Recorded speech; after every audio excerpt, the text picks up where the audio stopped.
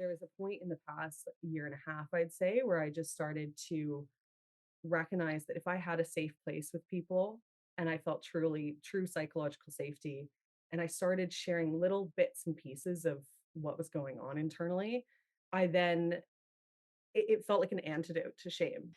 Welcome to a new wave of entrepreneurship by Venture for Canada. Venture for Canada is a national charity on a mission to foster the entrepreneurial skills and mindsets of young Canadians. Our vision is a Canada where young people can equitably realize their entrepreneurial potential to help build one of the most prosperous entrepreneurial ecosystems in the world. Hello, everybody. I'm Gina Patterson, your host, and today I have Jennie Wedd with me. Jennie is a marketing professional based in Vancouver, BC, and you need to listen to this because we are going to talk about what it feels like to work with informal structures while living with ADHD, tips and tricks that are tried and true, and some very personal stories from Jennie. We talk about leadership and management, and we talk about psychological safety and why it matters for business. As a senior manager of marketing and partnerships at Venture for Canada, Jen Wedd leads a team who run national marketing initiatives, brand strategy, and strategic partnerships. She has a background in the nonprofit sector and human rights, and Jen leads with a people first mindset and a strong sense of purpose. I'm so excited to have my friend and colleague Jennie in the studio with me. Hi, Jennie Wedd. Hello, Gina Patterson. It's really fun to be talking to you on the pod today. Me too. It's so lovely to meet you. Yeah, it's so great to meet you. Listeners, Jennie and I work super closely together. We are very close colleagues at VFC, and we've been talking about doing this podcast for a long time, and we're so excited that it's happened.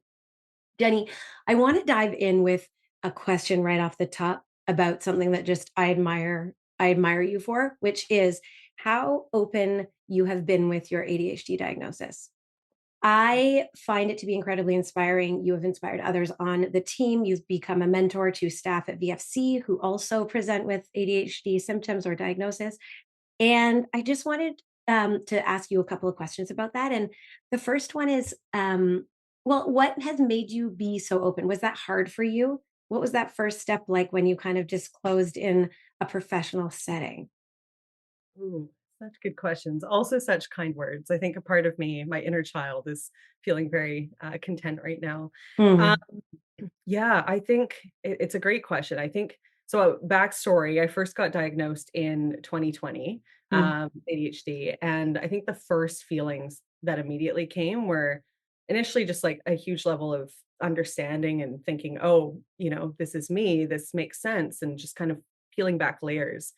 But it also came with so much shame, and it also came with so much grievance, I think, of a life I could have had or support I could have had, Mm. um, various instances growing up and, school settings and work settings, and, just mainly the level and understanding and safety internally for myself, I think.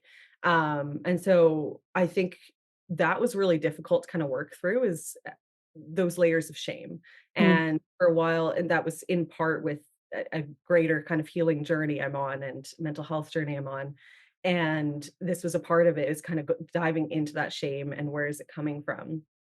And that led me to isolate myself a lot and really hold it all in. Mm. Um, and a couple years ago, I think of my life so much that way. Like I would be that friend that would just fall off the face of the earth because I felt like I couldn't talk about the things that were going on internally. And I have such a wonderful community and people around me, but shame does that. Like internally in your brain, you think, I can't share these challenges. And rationally, you could think, yes, I can. But internally, you have this like when you're in fight or flight too, you just think you can't think fully rationally. And I think that leads you to being more isolated. So I think the point in sharing that is that I felt those lows so deeply for so long and really tried to get to the bottom of them and understand them.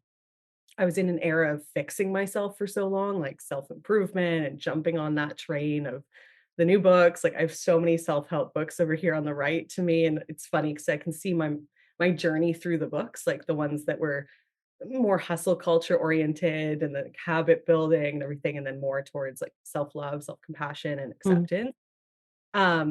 And so I think just going through that journey, there was a point in the past year and a half, I'd say, where I just started to recognize that if I had a safe place with people and I felt truly true psychological safety, and I started sharing little bits and pieces of what was going on internally, I then it felt like an antidote to shame. Like if I could share openly, mm, suddenly the weight of it didn't it came crushing down. It was so freeing. It was mm, liberating.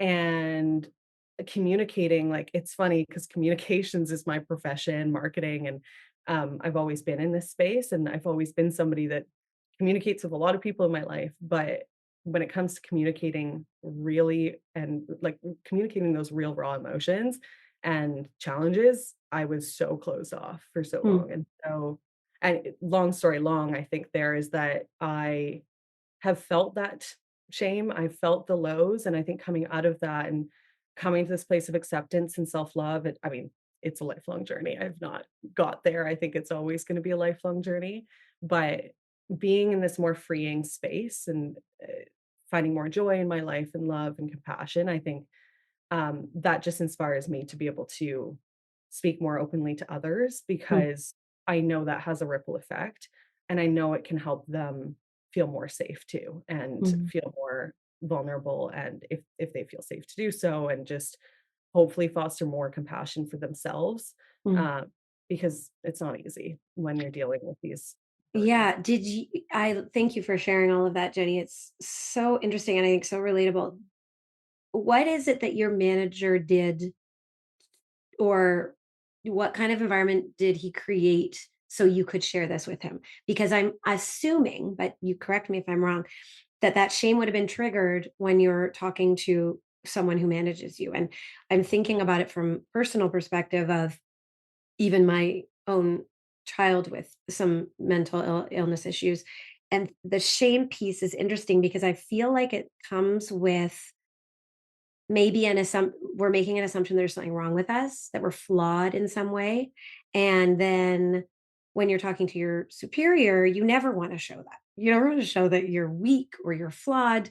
But what conditions did he create, or did you create, or how did that? Maybe we could even make it even more general to people of like, as a manager, how Mm, do you create the conditions where people can disclose something like that? Because it's yeah. not always safe for people to disclose something like that. How do you know it's safe? Such good questions. I mean, I'll start with the first piece because I have so much gratitude to Scott, who's my manager, and I think a lot of that was top down kind of vulnerability, Mm, and it started small in little places like giving and receiving feedback, and I think sometimes sharing examples of even something just like perfectionism, which a lot of mm, us can. It's a spectrum, and we can lean that way, and it's definitely something I've been working on for a long time.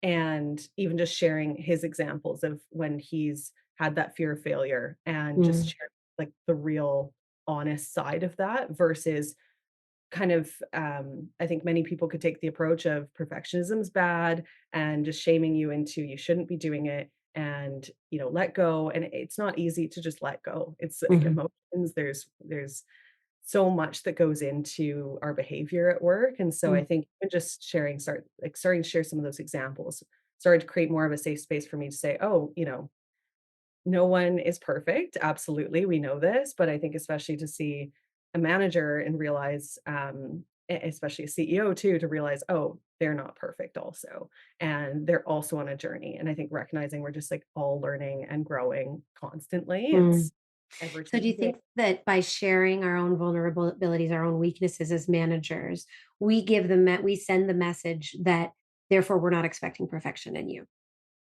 And so then you automatically feel safer and more willing to share what it I is think that you need to share. Yeah, I think that's a huge part of it. I Mm, even had a chat recently with one of the girls I manage, and just she was mentioning, it's so helpful when I have shared those moments or those pieces of feedback that I've found challenging to receive and how I've worked on growing them and how mm, I'm still working on them. And it just helped her so much. She's like, I'd love to hear more of those. I'd love to hear what your journey has been like. And it was an interesting I especially on the point of feedback, like, what are those points of feedback that have been really difficult? I hadn't even shared some of those before, and so it's just figuring out different areas where it could be really helpful, Mm. and I think also the right time for it. When we first onboarded our team in January, that was not the time for it to just say, "Hey, here's all my vulnerabilities and weaknesses, and welcome to the team." That trust and that respect had to be built so solidly early on to Mm. then gradually start to share more of those, and Yeah. it's definitely a journey, and you're That's a continuously. great tip because I think a lot of managers feel worried about that. They don't want to create instability by they're worried that if they share vulnerabilities or weaknesses that they will somehow create an unstable environment for their staff.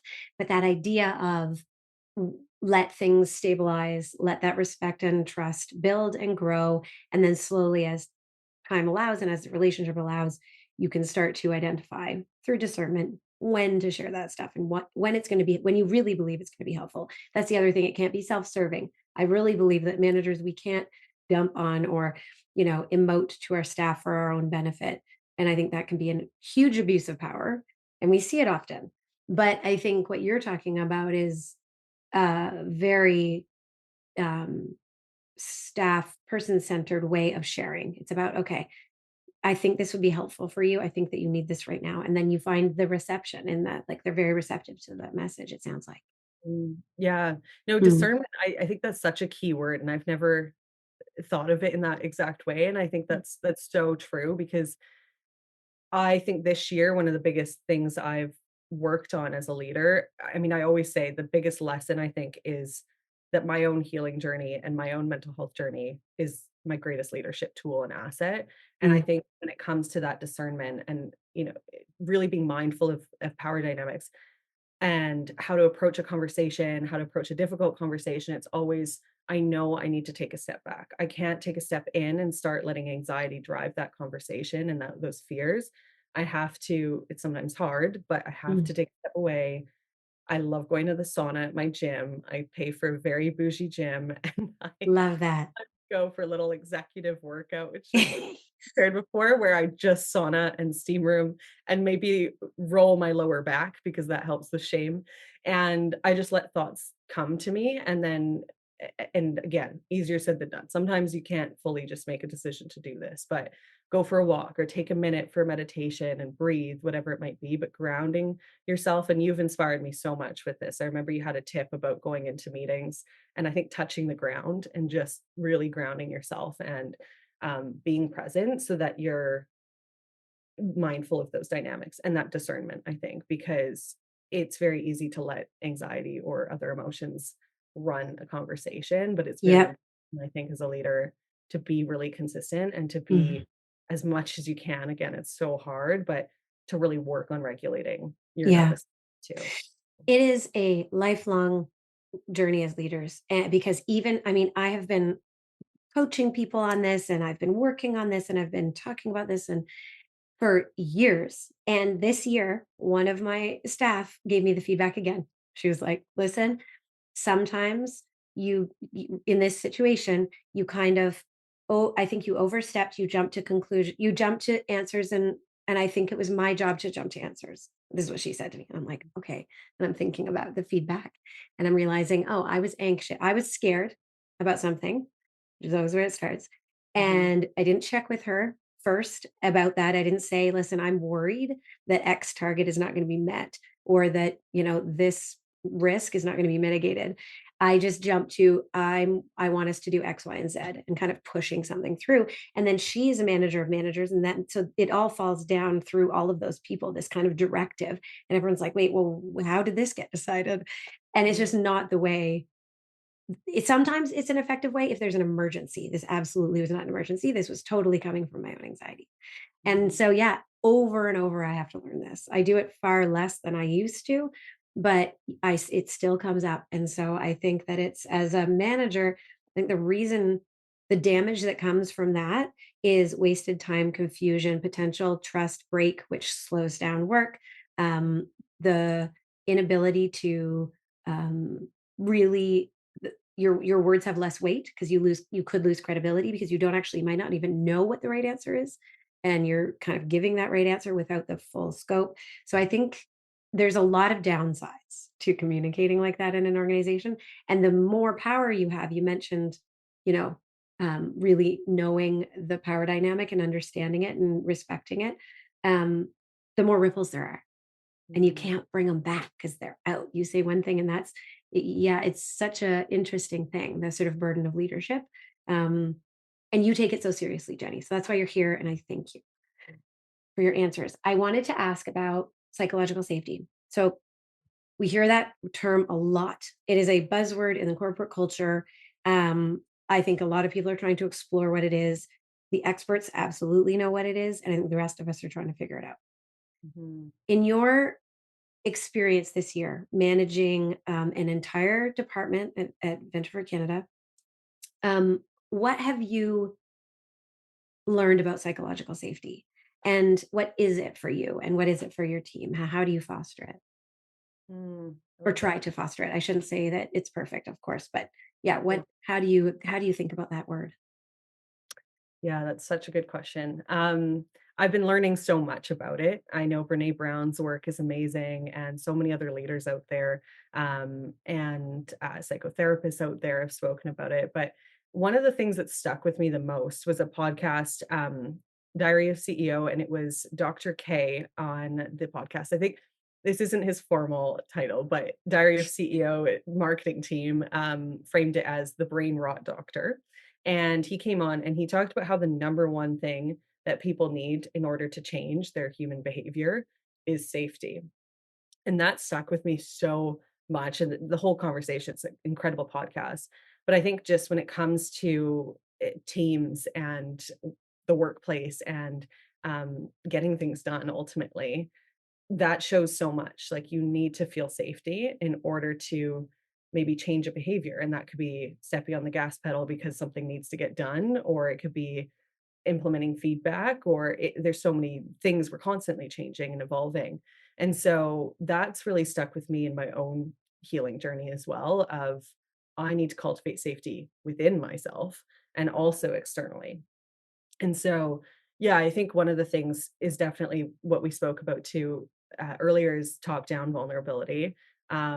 And also another piece of that is owning mistakes and being like really holding yourself accountable. You've also inspired me in this way. And many times I remember there was a LinkedIn post you did last year, I think, and just in so many instances. And I think just being able to own mistakes and explain the rationale behind um, the decisions that went into them, also the emotions that went into them, is so beneficial because it just normalizes that these things happen, and then the lessons learned through them too. And so I think that level of vulnerability and sharing that with my team has been super helpful. And with that is another thing we've started.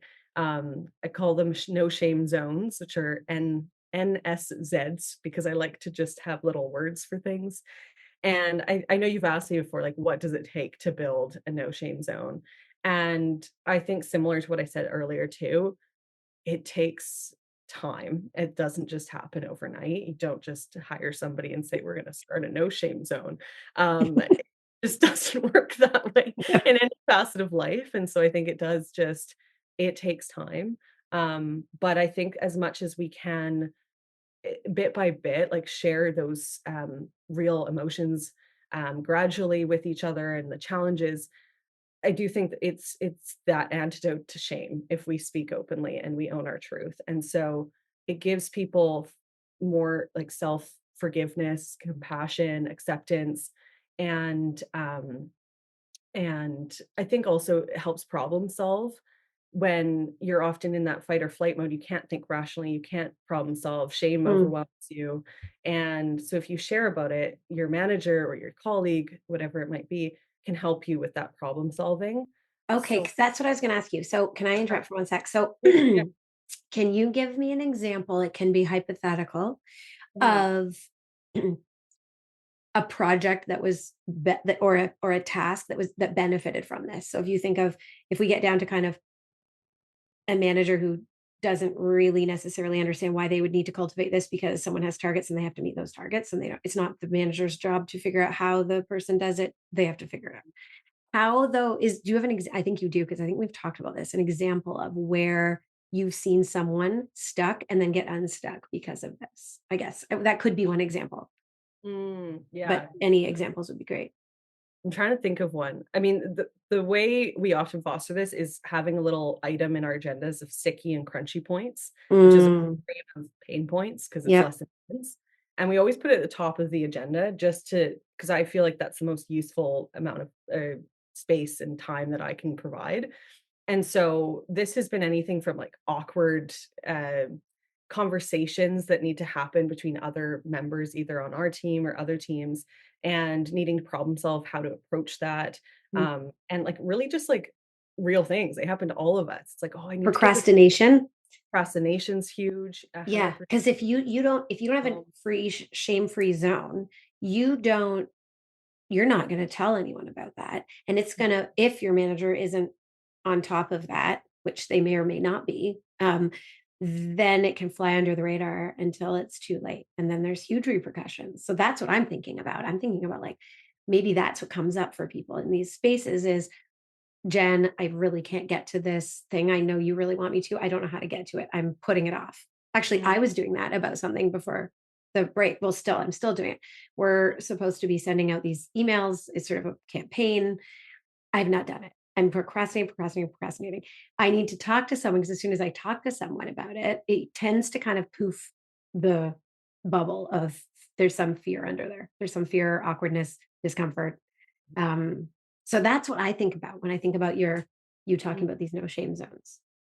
I think you've hit the nail on the head. I think for the most part, it is procrastination. Sometimes it's awkward conversations, difficult things, but a lot of it is procrastination or overwhelm, or I don't know where to start. Uh, Yes. and and that's so real. And I find now what I've tried to do too is to say, oh, I'm also procrastinating things right now. Just so Mhm, you know, strategy to me feels so overwhelming, and I know mhm, it's going to be one page, and I have all the ideas in my head. mhm. But starting this and building this, I for some reason I have such a block. And then often then even sharing that with the team, it's like they'll say, "Oh, but Jenny, you have all these ideas and they're written here," or "We have these ideas." And then it just fosters this whole it fosters a way better document because Yeah, it brought up that I'm procrastinating it yeah. or same with, vice versa. I think it's so much of it that two-way street. We're always all of us by nature are going to procrastinate Mhm. something. And Yeah, and I mean, excuse me, as a manager, I think the more people can share with me, the better, because if it is, and this isn't always true for everybody, but if you are in a trusting relationship with your manager and you can share things, um, as managers, we can help, but we can't help if we can't see it. And so for me, ultimately, kind of the biggest break in trust for me is if I don't find out until the thing is due or was due that it wasn't done. I don't, along the way, I want to hear all of the problems and then I can help. mm, So, but yes, in order to have that expectation, it is important as managers in order to even have expectations of targets being met and of wanting the ability to input, you do have to create some kind of, I think, say, if we want to call it psychological safety, I do think that that's sort of what it's about. Okay, I want to pivot, but it's related to a question that comes up for me around this stuff, which is, how do you decide when to prioritize the person or the project? And is that even a dichotomy or is that a false dichotomy? And I think around emotions and around boundaries, and I think around a lot of the conversations that are happening in workplaces right now, I think people are confused. The different generations with different expectations of what work is and work means. I think sometimes it boils down a little bit to this. Do we and you identify as a people first manager. And I mhm. think it's a term that also is not super understood.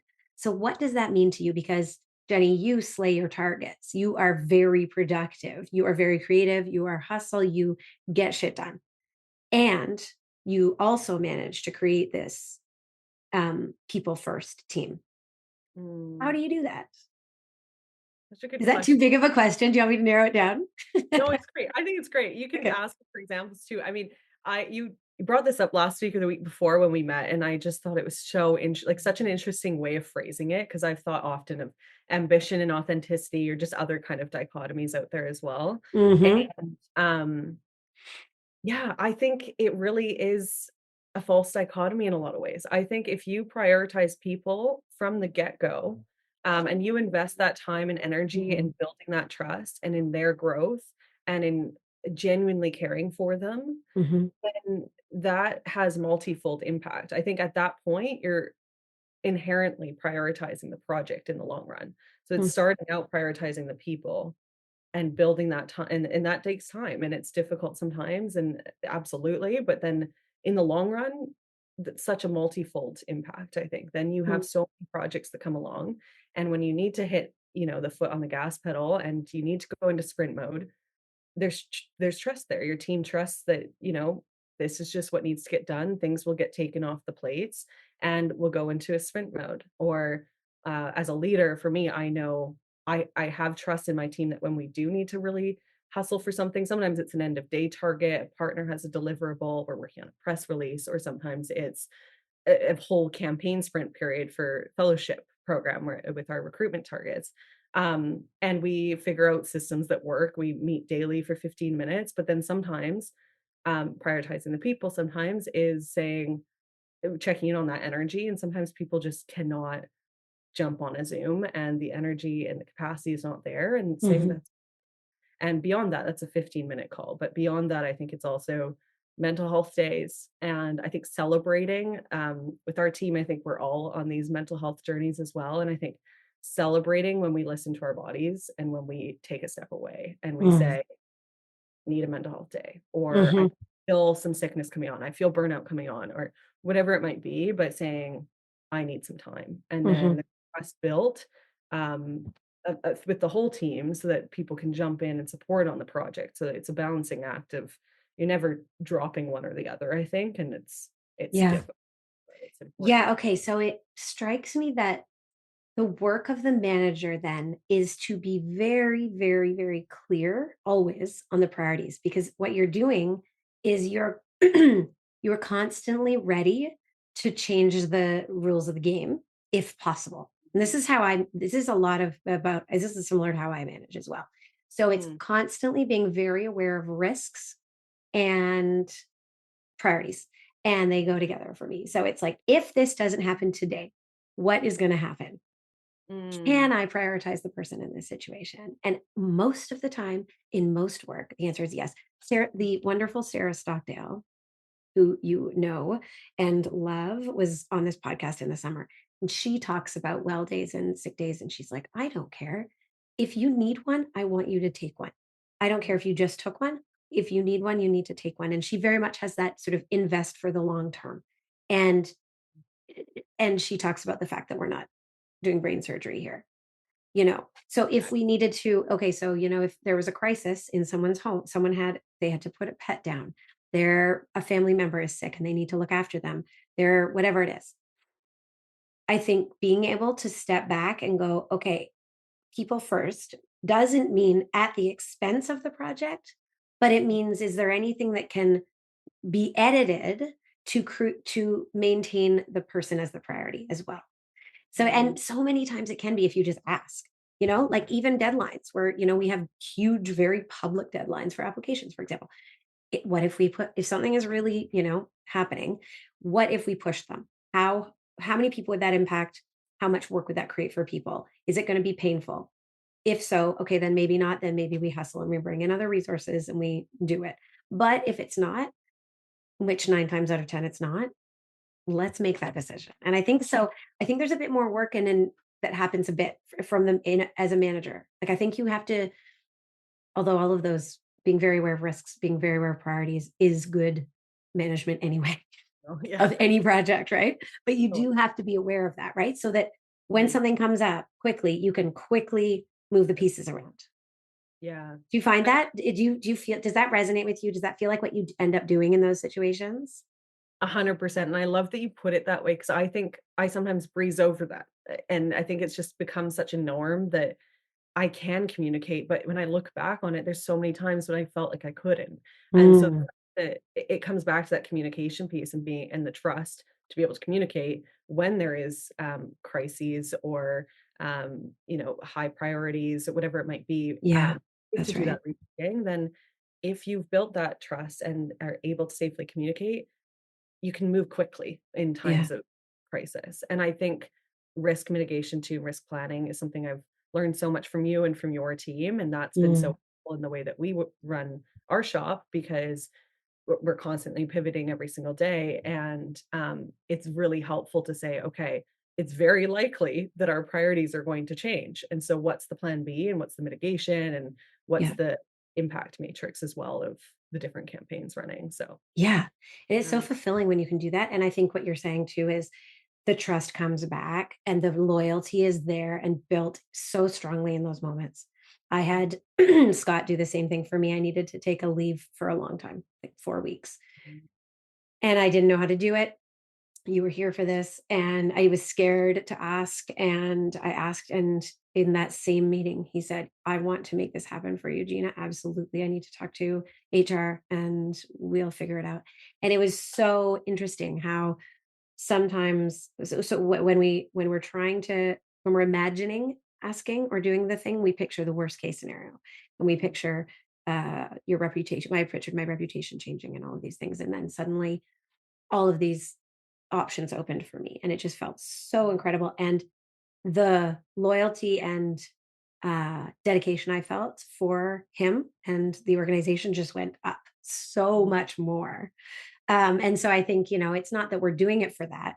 It's just that, and that's not why he did it, but it's mhm, just an effect. It's an outcome. You know, and so I think that that's a value that mhm, we hold, and it feels so good at the end of the day when you are able to do something like that. You go home and you're like, okay, I just helped someone today. I mean, what really more do you want? It feels great. Thank you, Jenny, for that.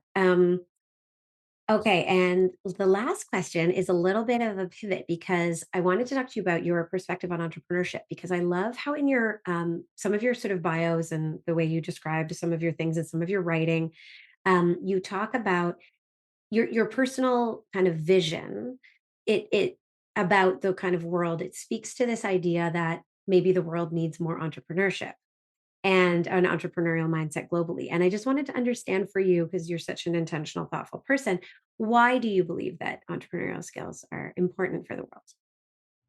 ooh, that's a fun one. Yes. I mean, I think this comes back again to, I mean, fundamentally, my love for humans and this world, and believing in a greater vision of humans working together. My background before Venture for Canada was working in human rights advocacy at several Mm, international NGOs, and I always thought that was the dream, to go work at the UN. And then I worked in a UN affiliated NGO, burnt out from this work, and mm, realized there was such a slow pace of impact mm, in that space. I also worked in the academic space, making an impact, and just it was so slow. And mm, there was actually a class I did in Barcelona when I was studying abroad. It was international business. And I will say, with studying abroad, I always just thought, oh, um, my classes won't be amazing, but this class stuck with me. It was a pie chart just showing resources and money in the world. mm, And it showed the nonprofit sector, showed the public sector, and then it showed, the for profit, and just the sheer amount of money that is out there. And just recognizing that if used well, for profit sector and these resources and business can be used as a force for good. And mm, that got me pivoting into this entrepreneurial space. And I think just what's really needed in this world is that forward thinking mindset, being able to innovate, being able to fail and get back up quickly, building resilience. It's so needed at a global scale because we have so many problems across this world. mm, And I think that another one is there's a lot more acceptance in this entrepreneurial space because people are so forward mm, thinking. And I actually found so much acceptance in this community that, working at VFC, working with partners, going to events, there's a lot of neurodivergent folks, which helps me. I feel celebrated for it rather than shamed for it in Mm, corporate space or other spaces. And I think there's just a certain level of acceptance across all mm. people that can be found in this space, in this community of entrepreneurial spirited people. And I think the more we build those skills, and empathy is a huge part of it, the better world we can live in. So Wow. When you say it like that, it seems so obvious. What a beautifully, yeah, what that's a fixed right beautiful, now. it's so good. It's like you're in marketing or something. I That is so inspiring, and I love that as a send off, Jenny, because that's right. And we do find that we are in a world that is full of problems, and we're in a world, and you talk about this a lot, full of joy. Jenny has branded the term PMJ, PJ, pure PJM, pure pure joy joy. moment. There we go. Yeah, I love it. And, I love, and, I really encourage people to go find Jenny on socials, to find out more about kind of what she's thinking about and how she lives so intentionally. She's an incredible leader. She gets amazing results. Yeah, you're just a precious, amazing human, Jenny. And I really am so glad we got to talk today. Oh, me too, Gina. Right back at you. And today was a pure joy moment for me. So thank you for creating this space. And hope everyone has a lovely day wherever you are listening to this. Absolutely. Thanks, Jenny. Thanks, Gina. Thanks for listening to this episode of A New Wave of Entrepreneurship. Stay connected with us via our socials and through our email list. And be sure to subscribe to us in your favorite podcast app so you don't miss our next episode. Have feedback on today's episode? Let us know directly in the app. Thanks again for listening and for joining the new wave of entrepreneurs. Till next time.